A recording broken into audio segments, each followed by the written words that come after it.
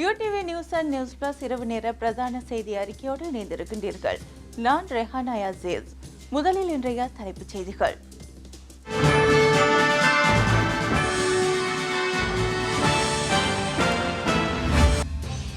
வெட்ட வெளியில் அடித்துக் கொலை, நியாயம் விசாரிக்க சென்றவருக்கு ஏற்பட்ட பரிதாபம்.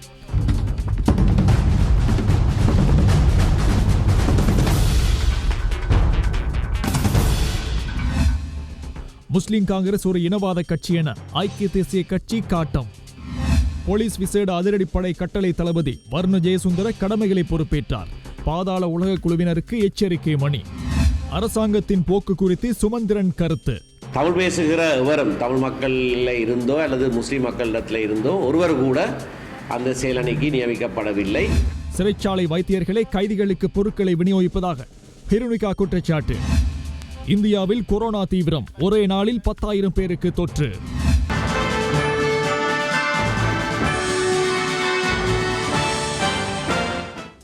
இனி விரிவான செய்திகளை பார்க்கலாம்.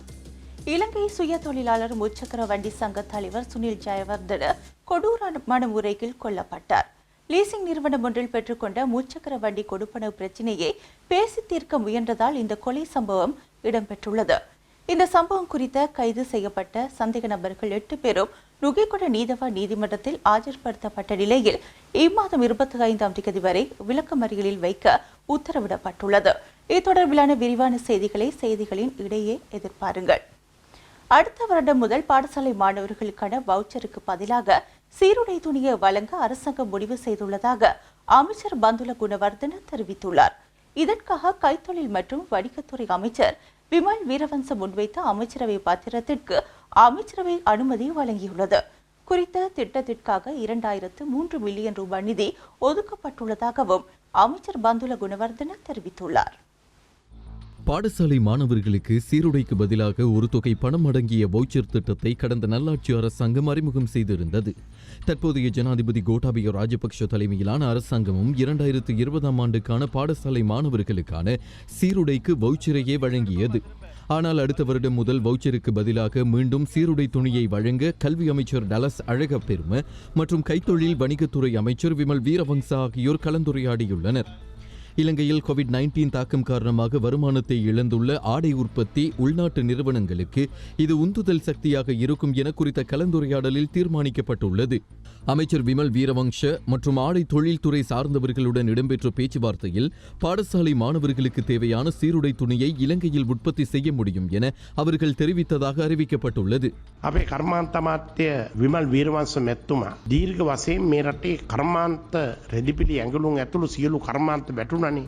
කොරෝනා වසංගතයේ කරන කොටගෙන ඔවුන්ට ආදායම් මාර්ග අහිමි වුණා. ඔවුන් සියලු දෙනාම එකතු වෙලා අමාත්‍යතුමත් එක්ක සාකච්ඡා කරලා තිබෙනවා. මේ Tamanට මේ ඇනවුම දුන්නොත් අවශ්‍ය රෙදි ප්‍රමාණය නියත වශයෙන් මේ රට තුල නිෂ්පාදනය කරලා දෙනවා කියලා. எனவே அடுத்த வருடத்திற்கு பாடசாலை மாணவர்களுக்கு சீருடை துணி வழங்க 2 கோடிக்கும் அதிகமான தொகை ஒதுக்கப்பட்டுள்ளது. அதன் சரியான தொகை 2003 மில்லியன் ரூபாய் என அமைச்சர் பந்துல குணவர்தன இன்று அறிவித்தார். அடுத்த வருடம் இந்த திட்டம் வெற்றியளிக்கும் என்றால் தொடர்ந்தும் இதே திட்டத்தை நடைமுறைப்படுத்த முடிவு செய்யப்பட்டுள்ளதாகவும் அவர் தெரிவித்துள்ளார். ஆடை கைத்தொழில் துறை சார்ந்தவர்கள் துணியை இறக்குமதி செய்கின்றனரா என்பதை கண்காணிக்க ஒரு குழு நியமிக்கப்பட்டுள்ளதாகவும் அமைச்சர் பந்துல குணவர்தன தெரிவித்துள்ளார். ඒ සඳහා ඒ කරලා බලන්න ඒ සාර්ථක ලෙස කළොත් අකණ්ඩව ඒ ක්‍රමයේ ක්‍රියාත්මක කරන් යන්න මේ වර බිලියන 2කට වඩා වැඩි මුදලක් කෝටි 200කට වඩා වැඩි මුදලක් මේ සඳහා වෙන් කරලා තිබුණා මිලියන 2003ක්. இலங்கை சுய தொழிலாளர் முச்சக்கர வண்டி சங்க தலைவர் சுனில் ஜெயவர்தன கொடூரமான முறையில் கொல்லப்பட்டார். இது தொடர்பில் 8 பேர் கைது செய்யப்பட்டுள்ளனர். நபர் ஒருவர் முச்சக்கர வண்டியொன்றை லீசிங் முறையில் பெற்றுக் கொண்டுள்ளார். கடந்த 3 மாதங்களுக்கான கொடுப்பனவாக 31,200 ரூபாய் செலுத்த வேண்டியுள்ளது. 3 மாதங்கள் கொடுப்பனவு செலுத்தாததால் அதற்கு 3 மாத வட்டியையும் சேர்த்து 35,000 ரூபாவை ஒரே முறையில் செலுத்துமாறு கூறி முச்சக்கர வண்டியை பறிமுதல் செய்துள்ளனர். கொரோனா நோய் பரவல் இருந்ததால் வங்கி கொடுப்பனவு, குத்தகை கொடுப்பனவு ஆகியவற்றுக்கு கால அவகாசம் வழங்க வேண்டும் என்ற கோரிக்கை முன்வைக்கப்பட்டிருந்தது. எனினும் 3 மாதங்களுக்கான கொடுப்பனவை வட்டியுடன் செலுத்த வேண்டும் என்று முச்சக்கர வண்டி உரிமையாளர் நிர்பந்திக்கப்பட்டுள்ளார். இது தொடர்பில் விசாரிக்க இலங்கை சுய தொழிலாளர் முச்சக்கர வண்டி சங்க தலைவர் சுனில் ஜெயவர்தன முச்சக்கர வண்டி உரிமையாளருடன் குறித்த நிதி நிறுவனத்துக்கு சென்றுள்ளார். ඉතින් අර වාරිකෙත් එක මම 3000 ගානේ මම මාස මම ඉතින් මේ මාසේ 17 වෙනිදාට තියෙන්නේ වාරික මම ඒකට ගෙවන්න තමයි මම හිටියේ. මේ මහත්තයා මම කිව්ව එක කියන්නකොනේ. මොකද කිව්වේ? මම කිව්වේ මම මහත්තයාට කිව්වා මම සීස් කරන්නේ නැහැ. මේ අතේ තියනලාට ඇරියසරි වැඩිපුර කීයක් හරි දාගෙන යන්න. ඉතින් පුතා බලන්නකෝ ඔයා එහෙම සාධාරණව කතා කරලා කරපු වැඩේකටයිනේ. මම ඉතින් කැෂියර් විතරයි මහත්තයා. ඔබතුමා පාතාලයේ මඩින්න උත්සාහ කරනවා. පාතාලය කියන එක තියෙන්නේ මේ ලීසින් ආයතන තුල. මේ ලීසින් මෙහෙවණෙවුන් තමයි පාතාල නායකයෝ. ඔය පුංචි උන්ට ගහලා වැඩක් නැහැ. මෙන්න මුන්ට තමයි ගහන්න ඕනේ. මුංග මරලා එල්ලන්න ඕනේ. මේ පාතාලයේ තමයි මේ රටේ අහිංසක මිනිසුන්ගේ සූරා කන්නේ. இது குறித்து பேசிவிட்டு வெளியே வரும்போது சுனில் ஜெயவர்தன நிறுவனத்தில் இருந்தவர்களால் கொலை செய்யப்பட்டுள்ளார். நேற்று மாலை 6 மணிக்கும் 7 மணிக்கும் இடையில் இந்த சம்பவம் நடந்துள்ளது. பொதுவெளியில் இவ்வாறு ஒருவர் தாக்கப்பட்டு கொல்லப்படும் சம்பவம் அப்பகுதியில் வீதியில் சென்ற ஒருவரின் கையடக்க தொலைபேசியில் பதிவாகியிருந்தது.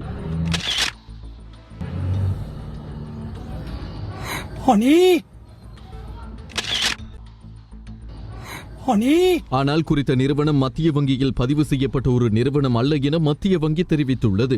குறித்த நிதி நிறுவனத்தில் முச்சக்கர வண்டியை குத்தகைக்கு பெற்றுக்கொண்ட முச்சக்கர வண்டி உரிமையாளர் இவ்வாறு கருத்து தெரிவித்தார். මගේ සොයිල් ජයවර්ධන මැතිතුමා වන්දි කිව්වේ මගේ ත්‍රිවිල් එක බේර ගන්න ගිහිල්ලා මට උදව් කරන්න ගිහිල්ලා මම තරයේ ඒක මම කියනවා මාධ්‍යයට. இலங்கை சுய தொழிலாளர் வல்லுநர்களின் முச்சக்கர வண்டி சங்க செயலாளர் மஹிந்த குமாரவும் இந்த சம்பவத்தில் பலத்த காயங்களுக்குள்ளாகியுள்ளார். நடந்த குறித்த சம்பவம் குறித்து ஊடகங்களுக்கு அவர் இவ்வாறு கருத்து தெரிவித்தார்.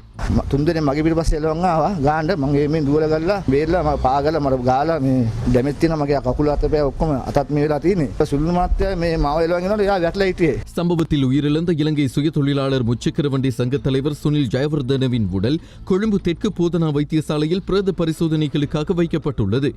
இந்த சம்பவம் குறித்து 8 பேர் கைது செய்யப்பட்ட நிலையில் இன்று நுகேகுட நீதவான் நீதிமன்றத்தில் அவர்கள் ஆஜர்படுத்தப்பட்டனர். இவர்கள் அனைவரையும் எதிர்வரும் 25ஆம் தேதி வரை விளக்குமறியலில் வைக்குமாறு நுகேகுட நீதவான் நீதிமன்றம் உத்தரவிட்டுள்ளது. 35,000 ரூபாய் பணத்தினால் ஏற்பட்ட பிணக்கு காரணமாக வெட்ட வெளியில் நபர் ஒருவர் தாக்கப்பட்டு கொல்லப்படும் சம்பவம் பெரும் அதிருப்தியை ஏற்படுத்தியுள்ளது.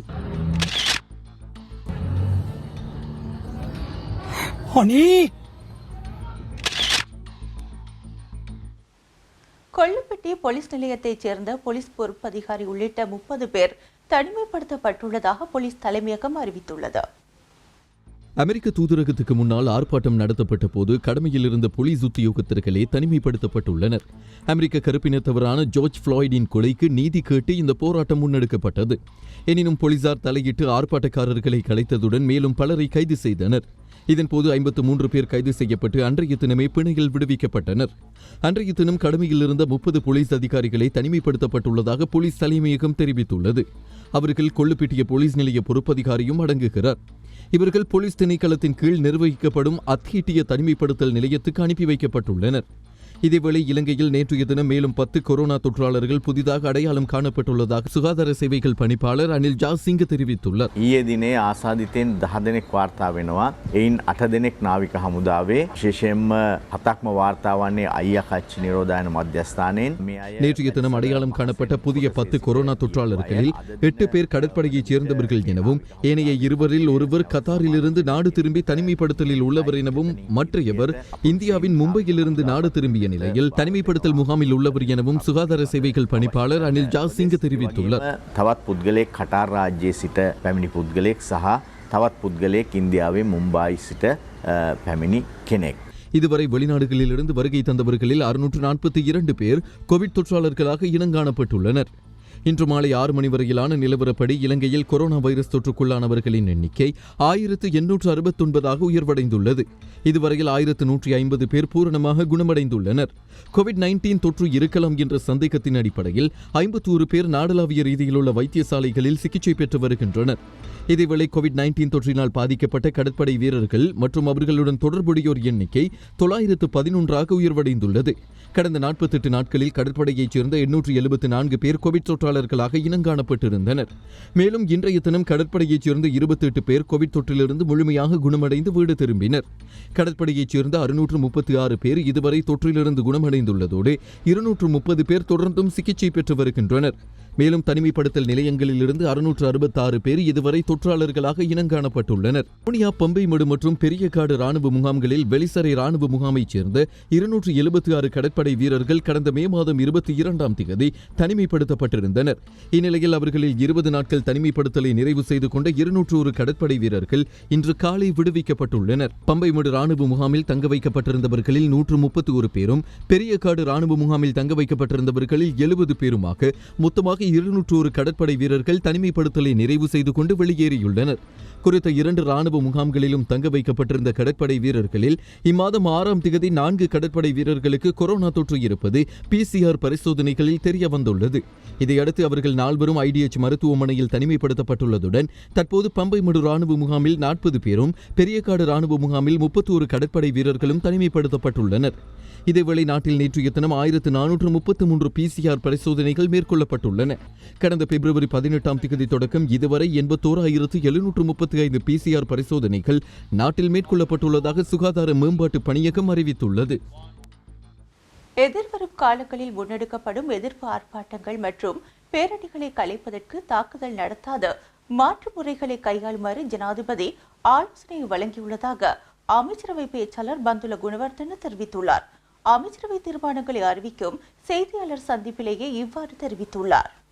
සමාජ දුරස්ථභාවය පවත්වාගෙන යාම අත්‍යවශ්‍ය කොන්දේසියක් ලෙස සලකලා තිබෙන නිසා கொரோனா வைரஸ் ஒழிப்பிற்கு சமூக இடைவெளியை பேணுதல் கட்டாயமானதாகும். இந்த நிலையில் ஆர்ப்பாட்டத்தை தடுப்பதற்கு போலீசாரால் நீதிமன்ற தடை உத்தரவு பெற்றிருந்த போதும் ஆர்ப்பாட்டம் நடத்தப்படாமையால் அதனை கலைப்பதற்கு போலீசார் நடவடிக்கை எடுத்தனர். ஆர்ப்பாட்டத்திற்கு நீதிமன்றம் தடை பிறப்பித்துள்ளமையையும் மீறி ஆர்ப்பாட்டம் முன்னெடுக்கப்பட்ட போது கலைத்து செல்லுமாறு அறிவிக்கப்பட்டனர். ஆனாலும் ஆர்ப்பாட்டக்காரர்கள் தொடர்ந்தும் அங்கு செயற்பட்டமையால் தாக்குதல் மேற்கொள்ளப்பட்டுள்ளது. போலீசார் மீதே முதலில் தாக்குதல் மேற்கொள்ளப்பட்டுள்ளது. அதற்கான ஒளிப்பதிவு ஆதாரங்கள் இருக்கின்றன. தாக்குதலை மேற்கொள்ளுமாறு ஜனாதிபதியோ அமைச்சரவை அந்தஸ்துள்ள அமைச்சர்களோ போலீசாருக்கு அனுமதி வழங்கவில்லை எனவும் சம்பவம் தொடர்பில் அரசாங்கம் என்ற வகையில் கவலை அடைகின்றோம் என்று பந்துல குணவர்தன தெரிவித்தார். පැහැදිලි කරා. මේ ඇතිවෙච්ච සිද්ධිය පිළිබඳ රජයක් වශයෙන් අපි කනගාටුවට පත් වෙනවා. ඒ සිද්ධිය ඇති වෙලා තියෙන්නේ ක්‍රියාවකට ප්‍රතික්‍රියාවක් වශයෙන් මිස නියෝගයකට අනුව මර්ධනය කිරීමේ අදහසින් නෙවෙයි. அமெரிக்க தூதரகத்திற்கு அருகிலும் லிப்டன் சுற்றுவட்டத்திலும் ஆர்ப்பாட்டம் நடத்தியவர்கள் மீது தாக்குதல் நடத்தப்பட்டதை வன்மையாக கண்டிப்பதாக முன்னாள் பாராளுமன்ற உறுப்பினர் நாமல் ராஜபக்ஷ தெரிவித்துள்ளார். நாமல் ராஜபக்ஷ தனது ட்விட்டர் பக்கத்தில் இதனை தெரிவித்துள்ளார். கோவிட்-19 வைரஸை கட்டுப்படுத்த போலீஸ் திணைக்களத்தில் ஆற்றப்பட்ட சேவைகள் இவ்வாறு ஒரு சில போலீசாரின் செயற்பாடுகளால் கேள்விக்குறியாக்கப்பட்டுள்ளதாகவும், ஆகவே குறித்த சம்பவம் தொடர்பில் விசாரணை நடத்தி உரிய நடவடிக்கைகள் எடுக்கப்பட வேண்டும் எனவும் அவர் கூறியுள்ளார். நல்லாட்சி அரசாங்கத்தில் நாளுக்கு நாள் ஆர்ப்பாட்டங்கள் இடம்பெற்று வந்தாலும் நாம் அவர்களுக்கு விருப்பமான கருத்துக்களை கூற அனுமதி வழங்கியிருந்தோம் என முன்னாள் நீதி அமைச்சர் தலதா அத்துக்குரல தெரிவித்துள்ளார். පතාම උද්ඝෝෂණය කියන එක ප්‍රජාතන්ත්‍රවාදයේ මූලික ලක්ෂණයක්. ඇවිල්ලා තමන්ට කැමති දේ ප්‍රකාශ කිරීමේ අයිතිය තිබුණා. දැන් මේ රටේ නිරෝධායන නීති එක එක විදියටනේ. நாட்டில் தனிமைப்படுத்தல் சட்டம் ஆளுக்கு ஆள் மாறுபடுகிறது. போராட்டங்கள் என்பது ஜனநாயகத்தின் அடிப்படை பண்புன்று. நல்லாட்சி அரசாங்கத்தில் நாளுக்கு நாள் ஆர்ப்பாட்டங்கள் இடம்பெற்று வந்தன. நாம் இடமளித்திருந்தோம். அன்று அரசியல் நோக்கத்திற்காகவும் ஆர்ப்பாட்டங்கள் இடம்பெற்றன. நேற்று முன்தினம் இடம்பெற்ற சம்பவம் இலங்கை அரசாங்கத்துக்கான ஆர்ப்பாட்டம் அல்ல, வேறொரு நாட்டில் இடம்பெற்ற அநீதிக்கு எதிரான ஆர்ப்பாட்டம். இதில் பெண்களும் சட்டவிரோதமாக தாக்கப்பட்டுள்ளனர். අපි දැක්කා ලොකු අමානුෂික විදියට පිරිමි අයට විතරක් නෙමෙයි කාන්තාවන්ටත් පහර දෙන විදිය. நாடு தற்போது மீண்டும் 2014 முன்பு இருந்ததை போன்றே உருவாகி வருவதாக முன்னாள் நாடாளுமன்ற உறுப்பினர் ஹிருணிகா பிரேமச்சந்திர தெரிவித்துள்ளார். මේ රට නැවතත් 2014ට කලින් තිබ්බ උද්ඝෝෂකයන් වෙඩි කන, එතකොට උද්ඝෝෂකයන් ගුටි කන. நாட்டில் தற்போது நீதி சரியாக நடைமுறையில் இல்லை. அன்று அந்த பூத உடலை எடுத்துக்கொண்டு 6 நாட்களாக முழு நாட்டையும் சுற்றி வந்தார்கள். அவர் அரசியல் பிரசித்தி பெற்ற ஒருவர் என்பதற்கு மாற்று கருத்து இல்லை. ஆனால் அன்று சுகாதார தனிமைப்படுத்தல் சட்டத்தை மீறி இந்த சம்பவம் இடம்பெற்றுள்ளது. அந்த இறுதி சடங்குகளில் பங்கு பற்றிய ஒருவருக்கேனும் கொரோனா இருந்தால் நாட்டில் 2வது அலை உருவாகியிருக்கும். பொதுமக்களுக்கு இல்லாத சட்டம், பொதுமக்களுக்கு இல்லாத சுதந்திரம் அங்கு இருந்தது. இது நமக்கு தெளிவாக புலப்படுகிறது. அதேபோன்று நாடாளுமன்றத்திலும் இறுதி அஞ்சலி இடம்பெற்றது. அங்கும் 1 சென்டிமீட்டர் கூட இடைவெளி இல்லாமல் அங்குள்ள சகல வயதானவர்களும் அந்த பூத உடலுக்கு அஞ்சலி செலுத்தியிருந்தனர். நாடாளுமன்றத்தில் வயதானவர்களே அதிகம், இவர்களுக்கே கொரோனா விரைவாக பரவும் எனவும் தெரிவிக்கப்பட்டுள்ளது. இவர்கள் மக்களுக்கு வழங்கிய முன்மாதிரிதான் என்ன? පාර්ලිමේන්තුවේ පක්ෂපාත ભેදයකින් තොරව මීටරයක් තියා මේ හරියට මේ අඩුම ගානේ සෙන්ටිමීටරයක්වත් දුර තියාගන්න නැතුව ඒ ඉන්න සියලුම වයසක උන්දලටි පක්ෂපාත ભેදයකින් තොර හොඳටම වයසක කට්ටියන්නේ අපේ පාර්ලිමේන්තුවේ ඉන්න තලත් ඈනිම කට්ටිය තමයි අර මේ මිනිය වටේ අරගෙන ගියේ මේ ෆියුනරල් එකේ. එතකොට මේ ඒ වගේ අයට මේක බෝවීමේ ප්‍රවණතාවය වැඩි කියලාත් කියනවා. செய்திகள் தொடர்கின்றன. 2020ஆம் ஆண்டு பொதுத் தேர்தலுக்கான தபால் மூல வாக்களிப்புகள் எதிர்வரும் ஜூலை மாதம் 13, 14, 15 மற்றும் 16ஆம் தேதிகளில் இடம்பெறும் என தேர்தல்கள் ஆணைக்குழு அறிவித்துள்ளது. எதிர்வரும் ஆகஸ்ட் 5ஆம் தேதி நடத்தப்படும் தேர்தலுக்கான தபால் மூல வாக்களிப்பு ஜூலை 13ஆம் தேதி முதல் 16ஆம் தேதி வரை வாக்களிப்பு நடைபெறும் என அறிவிக்கப்பட்டுள்ளது. குறித்த தினங்கள் தவிர்த்த மேலதிக தினங்களாக ஜூலை மாதம் 20 மற்றும் 21ஆம் தேதிகளிலும் தபால் மூல வாக்களிப்புகளை முன்னெடுக்க தேர்தல்கள் ஆணைக்குழு தீர்மானித்துள்ளது. இதேவேளை பொதுத் தேர்தலில் நீளமான வாக்குச்சீட்டு 23 அங்குலம் கொண்டதாகவும் அகலமான வாக்குச்சீட்டு 9 அங்குலம் கொண்டதாகவும் அச்சிடப்பட்டுள்ளது. இந்த வாக்குச்சீட்டுகள் கம்பஹா, யாழ்ப்பாணம், கொழும்பு, வன்னி, திகாமடுல்ல மற்றும் மட்டக்களப்பு மாவட்டங்களுக்கு அச்சிடப்பட்டுள்ளதாக அரசு அச்சக திணைக்களம் தெரிவித்துள்ளது. அதற்கமைய கம்பஹா மற்றும் யாழ்ப்பாண மாவட்டங்களுக்கு நீளமான வாக்குச்சீட்டு அச்சிடப்பட்டுள்ளதுடன் கொழும்பு, வன்னி, திகாமடுல்ல மற்றும் மட்டக்களப்பு மாவட்டங்களுக்கு அகலமான வாக்குச்சீட்டுகள் அச்சிடப்பட்டுள்ளன. எதிர்வரும் ஆகஸ்ட் மாதம் 5ஆம் தேதி பொதுத் தேர்தல் இடம்பெறவுள்ளவை குறிப்பிடத்தக்கது. போலீஸ் விசேட அதிரடி படையினரின் புதிய கட்டளை தளபதி வருண ஜெயசுந்தர இன்று தனது கடமைகளை உத்தியோகபூர்வமாக ஏற்றுக்கொண்டுள்ளார். போலீஸ் விசேட அதிரடி படையினரின் கட்டளை தளபதியாக பிரதி போலீஸ் மாதிபர் வருண ஜெயசுந்தர நியமிக்கப்பட்டுள்ளார். இந்நிலையில் இன்று காலை தன்னுடைய கடமைகளை உத்தியோகபூர்வமாக ஏற்றுக்கொண்டுள்ளார். போலீஸ் விசேட அதிரடி படையின் தலைமையகத்தில் இந்த நிகழ்வு இடம்பெற்றது. போலீசாரின் அணிவகுப்பு மரியாதையை ஏற்றுக்கொண்ட புதிய கட்டளை தளபதி சமய கிரியைகளுக்கு பின்னர் உத்தியோகபூர்வமாக தமது கடமைகளை பொறுப்பேற்றுக் கொண்டார். இதற்கு முன்னர் போலீஸ் விசேட அதிரடி படையின் கட்டளை தளபதியாக பிரதி போலீஸ் மாதிபர் லயனல் குணத்திலக்க கடமையாற்றியிருந்தார் என்பதும் குறிப்பிடத்தக்கது. தற்போதைய ஆட்சி எதிர்காலத்தில் எவ்வாறானதாக இருக்கப் போகின்றது என்பதற்கு இப்போதைய உதாரணங்கள் கிடைத்துள்ளதாக தமிழ் தேசிய கூட்டமைப்பின் பேச்சாளர் எம் ஏ சுமந்திரன் தெரிவித்துள்ளார். யாழ்ப்பாணத்தில் இன்று அவரது அலுவலகத்தில் செய்தியாளர்களை சந்தித்து கருத்து தெரிவித்திருந்தார். ஜனாதிபதி தேர்தலுக்கு பிறகு புதிய ஜனாதிபதி எடுத்திருக்கிற சில நடவடிக்கைகள் இந்த புதிய ஆட்சி எப்படியானதாக இருக்க போகிறது என்பதற்கு நல்ல உதாரணங்கள் எங்களுக்கு இப்பொழுதே கிடைத்திருக்கின்றன. செயலணிகள், ஜனாதிபதி செயலணிகள் அமைக்கப்பட்டிருக்கின்றன. விசேடமாக கிழக்கு மாகாணத்திலே தொல்பொருள் சம்பந்தமாக ஒரு செயலணி அமைக்கப்பட்டிருக்கிறது.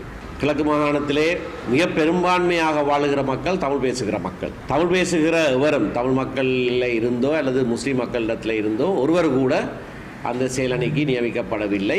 அகழ்வாராய்ச்சிக்கு பெயர் போனவர் என்று சொல்லப்படுகிற எல்லாவல்ல மேதானந்த தேரர் அதிலே நியமிக்கப்பட்டிருக்கிறார். அவருடைய ஆராய்ச்சி முழுவதும் இந்த பிரதேசங்கள் அனைத்தும் பௌத்த சின்னங்கள் இருக்கின்ற பிரதேசங்கள். இந்த மேன்மையை நாங்கள் தொடர்ந்து பேண வேண்டும் என்று வாதாடுகிற ஒருவர். இராணுவ அதிகாரிகள் நியமிக்கப்பட்டிருக்கிறார்கள். அனைவரும் சிங்களவர்களாக இருக்கிறார்கள். நேற்றைய தினம் நான் பார்த்தேன், அமைச்சர் டக்ளஸ் தேவானந்தா ஜனாதிபதிக்கு ஒரு கடிதம் எழுதியிருக்கிறாராம். தமிழ் முஸ்லீம் ஒருவரையும் இதுக்கு நியமிக்கவில்லை, தயவு செய்து நியமியுங்கள். எங்களை போன்றவர்கள் எல்லாம் உங்களுக்கு விசுவாசமானவர்கள், நாங்கள் இருக்கிறோம் தானே, ஏன் எங்களிலே கூட உங்களுக்கு நம்பிக்கை இல்லாமல் போய்விட்டது, நீங்கள் சொல்வதைத்தானே நாங்கள் செய்வோம், அப்படி இருக்கத்தக்கதாக எங்களிலே யாராவது ஒருவரையாவது நியமித்திருக்கலாமே என்ற தொனியிலே அந்த கடிதம் எழுதப்பட்டிருக்கிறது. அதில் எந்த விதமான பிரயோஜனமும் கிடையாது. நாட்டிலே ஒழுக்கத்தை பேணுவதற்கு பாடசாலைகள், மதஸ்தாபனங்கள் அல்ல, இராணுவம் மக்களிடத்திலே ஒழுக்கத்தை கொண்டு வரப்போகிறதாம். அதற்கு ஒரு செயலணி உருவாக்கப்பட்டிருக்கிறது. பல அமைச்சு செயலாளர் பொறுப்புகள் இளைப்பாறிய இராணுவ அதிகாரிகளிடத்திலே கொடுக்கப்பட்டிருக்கிறது. இப்படியாக இராணுவ மயமாக்கல் என்பது மிக தீவிரமாக மோசடியற்ற நல்லதொரு அணி கிடைத்தால் சிறந்த தலைமைத்துவத்தை ஜனாதிபதி வழங்குவார் என்று ஐக்கிய மக்கள் சக்தியின் வேட்பாளர் சுஜீவ சேனசிங்க தெரிவித்துள்ளார். இதனால் ஐக்கிய மக்கள் சக்திக்கு நாடாளுமன்ற அதிகாரம் கிடைத்தால் தம்முடன் இணைந்து ஜனாதிபதி பணியாற்றுவார் என்றும் அவர் தெரிவித்துள்ளார். கொழும்பில் ஐக்கிய மக்கள் சக்தி அலுவலகத்தில் நடைபெற்ற செய்தியாளர் சந்திப்பில் இவ்வாறு தெரிவித்திருந்தார். ගොටාබේ රාජපක්ෂ මහත්තයා ඉතා මම හිතන්නේ යටි හිතෙන් කැමති වෙයි. ඒ කණ්ඩායමක් එතුමාට ලැබුණොත් දක්ෂ ඒ වගේම කාර්යශූරී ඒ වගේ පිරිසිදු කණ්ඩායමක් ලැබුණොත් එතුමාට වැඩක් කරන්න ඕමනාවක් තියෙන කියලා මම පිළිගන්නවා. දේශපාලන තොරව. ராணுவத்திற்கு நாட்டை நிர்வகிக்க முடியாது. ராணுவத்தினரால் யுத்தம் ஒன்றில் ஈடுபடலாம், நாட்டை பாதுகாக்கலாம். அவர்கள் நிர்வாகம் ஒன்றை முன்னெடுத்துச் செல்வதற்கான பயிற்சிகளை பெறவில்லை. அதனாலேயே போலீசாரின் வேலைகளை ராணுவத்திற்கு வழங்குவதில்லை. இந்த நிலையில் கோட்டாபய ராஜபக்ஷ நாட்டிற்காக கடமையாற்ற வேண்டும் என்ற நிலைப்பாட்டில் உள்ளதால் எமக்கு நாடாளுமன்ற அதிகாரம் கிடைத்தால் எம்மோடு இணைந்து செயலாற்றுவதற்கு விரும்புவார். கோட்டாபய ராஜபக்ஷவிற்கு தலைமைத்துவ ரீதியிலான முடிவுகளையே மேற்கொள்ள வேண்டும். அவருக்கு நிர்வாகம் மற்றும் முகாமைத்துவம் தொடர்பில் போதிய அறிவு இல்லை. ஆனால் அவருக்கு ஊழல் மோசடியற்ற நல்லதொரு அணி கிடைத்தால் சிறந்த தலைமைத்துவத்தை வழங்க முடியும்.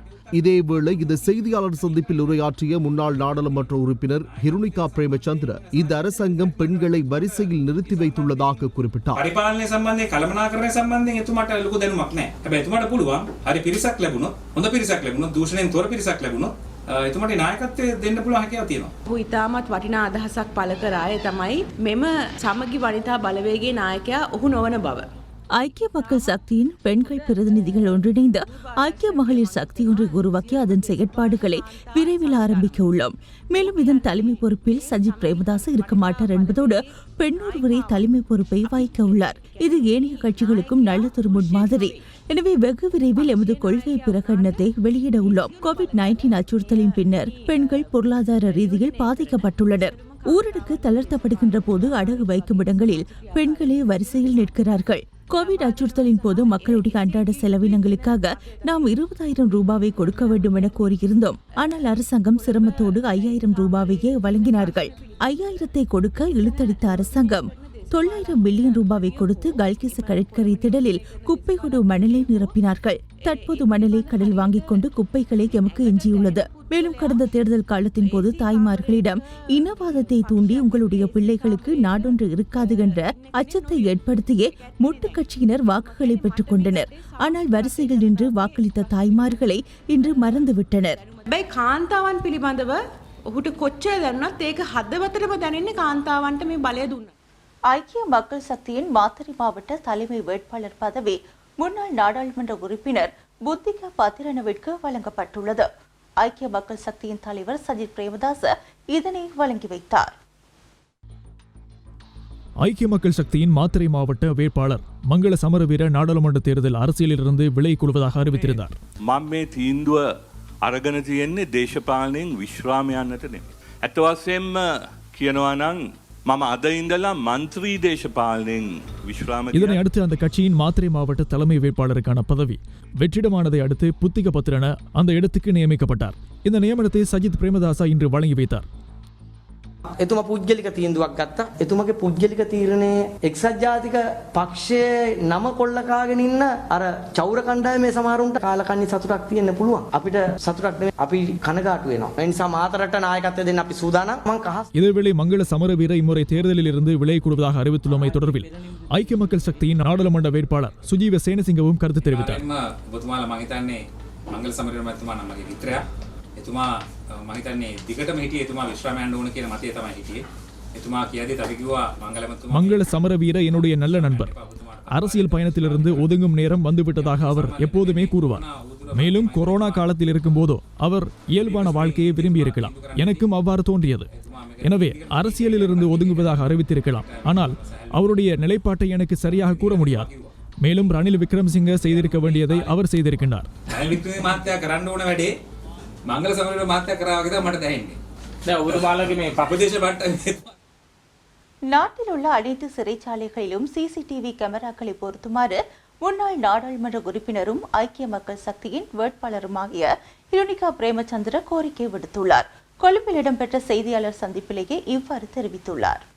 මිනිසුන්ට ගහලා මරන තත්ත්වයක් කො මේ රටේ නීතිය. දැන් ඊයේ පෙරේදා රටේ ජනාධිපතිතුමා කිව්වා බන්ධනාගාරයේ සිද්ධ වෙන දේවල් පිළිබඳ. ඕක පිළිබඳ ඔබට මතකද 2016 තමයි මම බන්ධනාගාරයේ සිද්ධ වෙන ප්‍රභූන්ට වෙනම சிறைச்சாலைகளில் நடைபெறும் விடயங்கள் குறித்து அண்மையில் ஜனாதிபதி கதைத்திருந்தார். சிறைச்சாலைகளில் சாதாரண கைதிக்கும் கைதிகளாகும் பிரபுக்களுக்கும் ஒரே நீதி செயற்பட வேண்டும். சிறைச்சாலையில் எதை மாற்றாவிட்டாலும் சிறைச்சாலை வைத்தியரை மாற்ற வேண்டும்.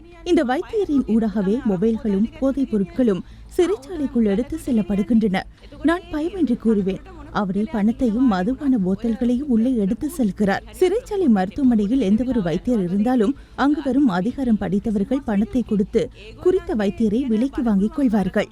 எனவே நான் ஜனாதிபதி கோட்டாபய ராஜபக்சவிடம் கோருகின்றேன், அனைத்து சிறைச்சாலைகளிலும் சிசிடிவி கேமராக்களை பொருத்த வேண்டும். இதற்கான திட்டம் ஒன்று எமது ஆட்சிக் காலத்தில் தலத அத்துக்கோரளவினால் கொண்டுவரப்பட்டது. உலகில் எமது நாட்டில் மாத்திரமே சிறைச்சாலைகளில் கேமராக்கள் இல்லை. அதேபோன்று சிறைச்சாலைகளில் சிறை கைதிகள் மொபைல்களை பயன்படுத்துவதாக ஜனாதிபதியை கூறியுள்ளார். என்னுடைய தந்தையை கொலை செய்த துமிந்த சில்வா மொபைலினூடாக இமோவை பாவித்து வெளியே உரையாடுகிறார்.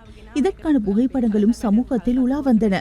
எனவே நாட்டு மக்கள் அனைவருக்கும் ஒரே நீதி என்றால் இது தொடர்பிலும் விசாரிக்கப்பட வேண்டும். எத்தனை தொலைபேசிகளை சிம்களை பயன்படுத்துகின்றார் என்பதை துமிந்த சில்வாவிடம் போய் பாருங்கள். இதற்கான சாட்சிகள் தேவையான அளவு இருக்கின்றன. அதேபோன்று அனைத்து சிறை கைதிகளும் மனிதர்கள் என்ற ரீதியில் அதிகாரமற்ற சாதாரண சிறை கைதிகளின் நலன்களையும் சிந்திக்க வேண்டும். சில கைதிகள் சிறைச்சாலையின் உள்ளேயே கொலை செய்யப்படும் ஒரு நிலை தற்போது ஏற்பட்டுள்ளது. கடந்த மே மாதம் திருட்டு குற்றச்சாட்டில் கைதான இளைஞன் ஒருவன் ஏப்ரல் மாதம் சிறைச்சாலையில் தாக்கப்பட்டு மரணமடைகிறார். குறித்த இளைஞனின் உடம்பில் தாக்கப்பட்ட தடங்கள் இருப்பதாக பிரேத பரிசோதனையில் தெரிய வந்துள்ளது.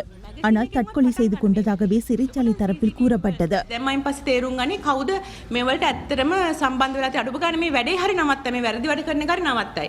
සිරගෙදේ ඇතුළෙද්දී ඝාතනය වෙන රැල්ලක් දැන් නිර්මාණය වෙලා තියෙනවා කියලා. ඒක බොරු නෙමෙයි. මං ගාව ඒකට ඕන තරම් සාක්ෂි. முஸ்லிம் காங்கிரஸ் என்ற கட்சி இனவாதத்தை அடிப்படையாக கொண்டு உருவாக்கப்பட்டுள்ள கட்சி என ஐக்கிய தேசிய கட்சியின் கொழும்பு மாவட்ட நாடாளுமன்ற வேட்பாளர் தயா கமகே தெரிவித்துள்ளார். அந்த கட்சியின் செயற்பாடுகள் காரணமாகவே ஐக்கிய தேசிய கட்சிக்கு இருந்த பௌத்த வாக்குகள் சடுதியாக குறைந்ததாகவும் தெரிவித்துள்ளார்.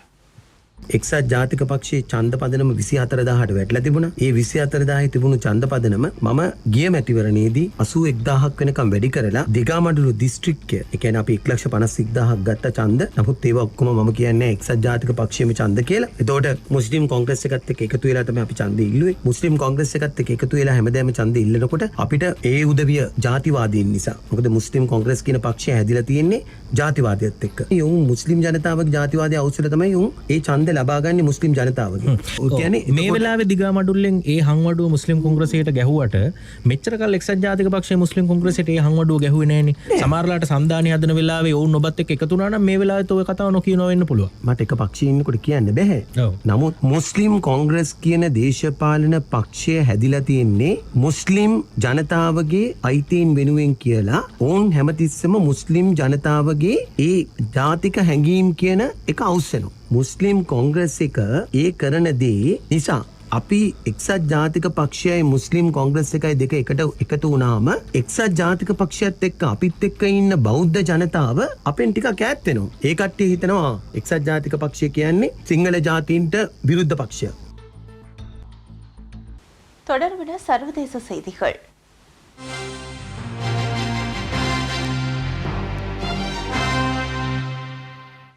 உலகளவில் கொரோனா வைரஸ் தாக்கத்தினால் பாதிப்படைந்தோர் எண்ணிக்கை 74 லட்சத்தை கடந்துள்ளது. 4,19,000க்கும் அதிகமானோர் பலியாகியுள்ளனர். மேலும் 37 லட்சத்துக்கும் அதிகமானோர் கொரோனா வைரஸ் தாக்கத்திலிருந்து முழுமையாக மீண்டுள்ளனர்.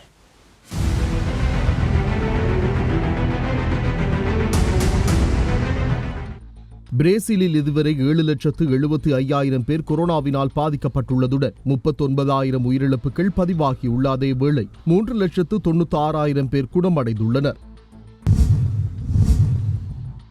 பிலிப்பைன்ஸில் கொரோனா தொற்றால் 24,175 பேர் பாதிக்கப்பட்டுள்ளதுடன் 1,039 பேர் உயிரிழந்துள்ளனர். மேலும் அங்கு 5,165 பேர் குணமடைந்துள்ளதாக பிலிப்பைன்ஸ் அரசு அறிவித்துள்ளது. முன்னதாக பொருளாதார நடவடிக்கைகளை ஊக்கப்படுத்த பிலிப்பைன்ஸ் அரசு ஜூன் 1ஆம் தேதி முதல் புதிய தளர்வுகளை அறிமுகப்படுத்தியது. சிங்கப்பூரில் கடந்த 24 மணி நேரத்தில் 450 பேருக்கு கொரோனா வைரஸ் தொற்று உறுதி செய்யப்பட்டது. இதனால் நாடு முழுவதும் கொரோனா வைரஸால் பாதிக்கப்பட்டவர்களின் எண்ணிக்கை 39,387 அதிகரித்துள்ளதாக அந்நாட்டு சுகாதாரத்துறை அமைச்சகம் தெரிவித்துள்ளது.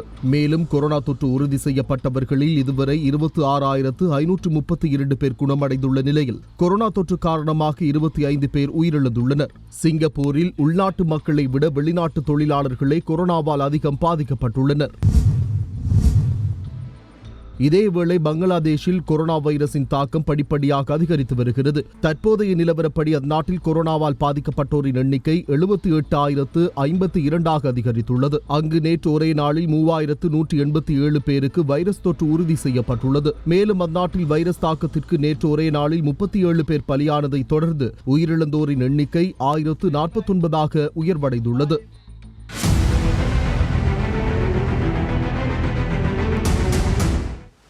இந்தியாவில் கொரோனாவால் பாதிக்கப்பட்டோருடைய எண்ணிக்கை 2,80,000 கடந்துள்ள நிலையில் அங்கு இதுவரை 8,000க்கும் அதிகமானோர் பலியாகியுள்ளனர்.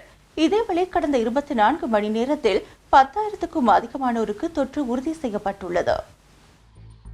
இந்தியாவில் இதுவரை மொத்தம் 2,87,679 பேர் கொரோனாவால் பாதிக்கப்பட்டுள்ளதாக இந்திய மத்திய சுகாதாரத்துறை இன்று காலை வெளியிட்ட அறிக்கையில் குறிப்பிடப்பட்டுள்ளது. கடந்த 24 மணி நேரத்தில் 10,000க்கும் அதிகமானோருக்கு தொற்று உறுதி செய்யப்பட்டுள்ளது. 24 மணி நேரத்திற்குள் அதிகபட்சமாக 365 பேர் மரணமடைந்துள்ளனர். இதன் மூலம் கொரோனா வைரஸால் உயிரிழந்தோரின் எண்ணிக்கை 8,115 உயர்வடைந்துள்ளது. இந்நிலையில் இதுவரை 1,41,119 பேர் கொரோனா பாதிப்பிலிருந்து முழுமையாக குணமடைந்துள்ளனர்.